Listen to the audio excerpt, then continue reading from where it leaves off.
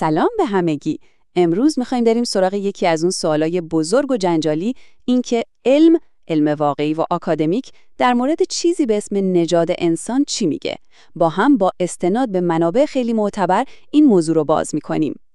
خب بریم سر اصل مطلب. هممون کلمه نژاد رو هزاران بار شنیدیم و استفاده کردیم، اما تا حالا از خودمون پرسیدیم که از دیدگاه زیست شناسی این کلمه واقعاً معنایی داره یا نه؟ برای اینکه جواب این سوال رو پیدا کنیم، اول باید یه قدم برگردیم عقب و 2 تا تعریف خیلی پایه‌ای اما مهم رو توی زیست شناسی با هم مرور کنیم. اولیش مفهوم گونه یا اسپیشس هست. خیلی ساده است.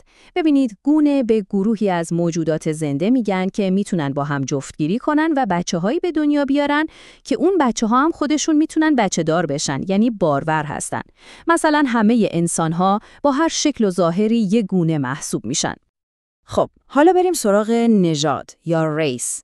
توی زیست شناسی نژاد به یه زیرگروه داخل یه گونه گفته میشه. شرط اصلیش چیه؟ جدایی. یعنی یه گروه برای مدت خیلی خیلی طولانی، مثلا به خاطر یه رشته کوه بلند یا یه اقیانوس، از بقیه اعضای گونه‌اش جدا بیفته. این جدایی باعث میشه یه سری تفاوت‌های ژنتیکی خاص توی اون گروه شکل بگیره. پس فرق کلیدیشون این شد. گونه یه دسته‌بندی اصلی و بیولوژیکه که اساسش توانایی تولید مثله. اما نژاد یه دسته‌بندی فرعی و مقوتیه که فقط و فقط در صورت جدایی طولانی مدت جغرافیایی معنی پیدا میکنه. خیلی خوب. حالا که این تعریف علمی رو داریم، میرسیم به سوال اصلیمون. آیا ما انسان‌ها با این تعریف بیولوژیک نژاد جور در میاییم؟ یعنی اگه بخوایم دقیق‌تر بپرسیم، آیا توی تاریخ بشر گروه‌های انسانی واقعاً اونقدر از هم جدا و ایزوله موندن که بشه بهشون گفت نژادهای بیولوژیک مجزا؟ و جواب علم یه نه قاطع و محکمه. ببینید، داستان ما انسان‌ها داستان مهاجرت و ترکیب شدنه. ما همیشه در حال حرکت بودیم، از قاره‌ای به قاره دیگه رفتیم و ژن‌هامون رو با هم به اشتراک گذاشتیم. این پدیده‌ای که بهش میگن جریان ژنی یا جین فلو بین جمعیت‌های انسانی اونقدر قوی بوده که هیچ وقت فرصتی برای اون جدایی عمیق که برای تشکیل نژاد لازمه پیش نیومده. حالا اگه دنبال مدرک محکم‌تر می‌گردید، باید بریم سراغ DNA خودمون. اونجا داستان خیلی واضح‌تر هم میشه. این عدد فوق‌العاده است. 99.9%. این یعنی DNA شما و هر انسان دیگه‌ای که همین الان روی کره زمین داره زندگی میکنه، صرف نظر از اینکه کجای دنیاست یا چه شکلیه، 99.9% یکسانه. این یه حقیقت علمیه که حاصل 10 سال پژوهش ژنتیکیه. ما به طرز شگفت‌انگیزی شبیه هم هستیم. خب، اینجا یه سوال خیلی منطقی پیش میاد. اگه ما اینقدر از نظر ژنتیکی شبیه همیم، پس این تفاوت‌های ظاهری که می‌بینیم مثل رنگ پوست، رنگ مو یا شکل چشم از کجا میاد؟ جواب این سوال رو یه زیست شناس تکاملی خیلی معروف به اسم ریچارد لوونتین توی یه مقاله علمی بسیار مهم و تاثیرگذار در سال 1972 داد. این مقاله یکی از پایه‌های درک مدرن ما از این موضوعه. و چیزی که لوونتین پیدا کرد واقعاً دنیای علم رو تکون داد. اون نشون داد که 85% از کل تنوع ژنتیکی انسان داخل یک جمعیت محلی وجود داره. مثلا تفاوت ژنتیکی بین خود مردم فرانسه و فقط حدود 6% از تنوع ژنتیکی ما مربوط به تفاوت بین گروه‌هایی میشه که ما به طور سنتی بهشون میگیم نژاد.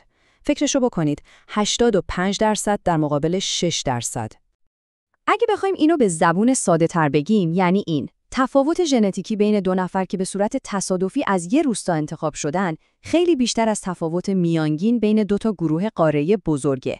در واقع تقریباً تمام تفاوت‌های ژنتیکی ما تفاوت‌های فردی هستن، نه گروهی. البته این فقط یافته‌های یه تحقیق توی 50 سال پیش نیست. این یافته‌ها بارها و بارها تکرار و تایید شدن و امروز به یه اجماع علمی قاطع تبدیل شدن. بیایید ببینیم بزرگترین سازمان‌های علمی دنیا چی میگن. برای مثال، انجمن انسانشناسان بیولوژیک آمریکا که یکی از معتبرترین نهادها تو این زمینه هست، در بیانیه رسمی سال 2019 خودش به صراحت اعلام کرد که باور به اینکه نژادها جنبه‌های طبیعی زیستشناسی انسان هستند، هیچ پایه علمی نداره. همینطور در همون سال در آلمان بیانیه مهم دیگه‌ای به اسم اعلامیه ینا توسط دانشمندان برجسته تکامل منتشر شد که نه تنها این موضوع رو تایید کرد، بلکه یک قدم فراتر رفت و گفت مفهوم نژاد نتیجه نژاد پرستیه، نه پیش نیاز اون. این جمله خیلی تکان دهنده است. خب، تا اینجا دیدیم که از نظر بیولوژی و ژنتیک دسته‌بندی انسان‌ها به نژادهای مختلف پایه و اساس علمی نداره. پس سوال اینه که اگه نژاد یه واقعیت بیولوژیک نیست، پس چیه و چرا اینقدر توی زندگی ما تأثیر گذاره؟ اینجاست که باید بین دو مفهوم کاملا متفاوت فرق بذاریم. یکی نژاد بیولوژیک و یکی نژاد اجتماعی. همونطور که دیدیم، نژاد بیولوژیک وجود خارجی نداره. اما نژاد به عنوان یک ساختار اجتماعی چرا؟ کاملا واقعیه. یعنی ایده‌ای که انسان‌ها در طول تاریخ ساختن تا آدم‌ها رو بر اساس ظاهر و اصلیت دسته‌بندی کنن و این دسته‌بندی تأثیرات فوق‌العاده واقعی و عمیقی روی زندگی و جامعه داشته. پس اگه بخوایم جمع‌بندی کنیم، علم به ما میگه که نژاد بیولوژیک یه توهمه. اما این پایان داستان نیست. شاید سوال مهمتر برای ما در دنیای امروز این باشه: با اینکه میدونیم این دسته‌بندی‌ها علمی نیستن، چرا هنوز انقدر در جوامع ما قدرتمندن و باعث تبعیض میشن؟